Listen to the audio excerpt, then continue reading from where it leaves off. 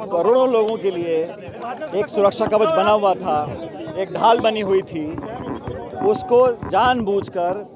खतरे की दिशा में कौन डाल रहा है। और कोर्ट का जो हाल ही में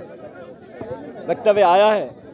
उसमें सरकार की बात को माना गया कि पर्वत की जो ऊंचाई है वो 100 मीटर मान ली जाए। फॉरेस्ट सर्वे ऑफ इंडिया का ये आंकड़ा है कि अरावलियों के पहाड़ों के अंदर 1,18,000 पहाड़ ऐसे हैं जो 100 मीटर से नीचे हैं और मात्र 1,048 पहाड़ ऐसे हैं जो 100 मीटर के ऊपर हैं। मतलब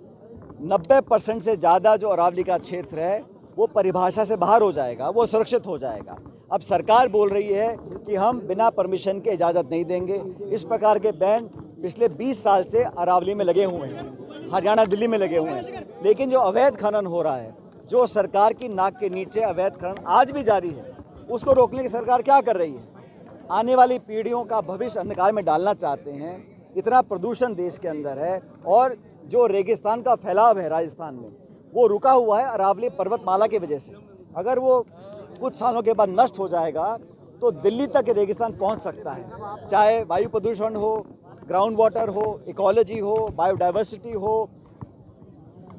हवा का प्रदूषण हो, उस सब में ये एक सुरक्षा कवच ढाल हमारे लिए है। और मुझे लगता है कि सरकार या तो विवश है या मजबूर है या नीयत में कोई कमी है कि बार बार क्लैरिफिकेशन दे रहे हैं, स्पष्टीकरण कर रहे हैं, लेकिन अभी तक इस मामले को सुलझाने के लिए सुप्रीम कोर्ट सरकार नहीं गई है ताकि परिभाषा को दोबारा से प्रस्तुत किया जाए। और मैं ऐसा मानता हूं कि गुजरात हो, राजस्थान हो, हरियाणा हो या दिल्ली हो, चारों राज्यों में चारों सरकारें भाजपा की हैं, केंद्र की सरकार भाजपा की है, तो ये डबल इंजन नहीं है, चार इंजन है और सारे इंजन लगातार दौड़ रहे हैं कि कैसे अरावली पर्वत को नष्ट किया जाए। तो पूरा देश, इसमें राजनीति का कोई चर्चा नहीं है, लेकिन अलग अलग सामाजिक संगठन, नौजवान, हम सब लोग कांग्रेस पार्टी के, आज NSUI राजस्थान ने यहाँ प्रदर्शन किया है, कल अलवर में प्रदेश कांग्रेस कमेटी का प्रदर्शन है, अलग अलग जिलों में, अलग अलग राज्यों में हम सब लोग चर्चा करें कि कैसे सरकार पे दबाव बनाया जाए और अरावली पर्वतमाला को जो इतना फ्रेजाइल है, और भारत सरकार ने अंतर्राष्ट्रीय यूनाइटेड नेशंस में कहा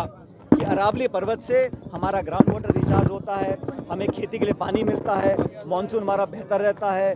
एयर पोल्यूशन में बचाव आता है, तो एक हेरिटेज साइट है।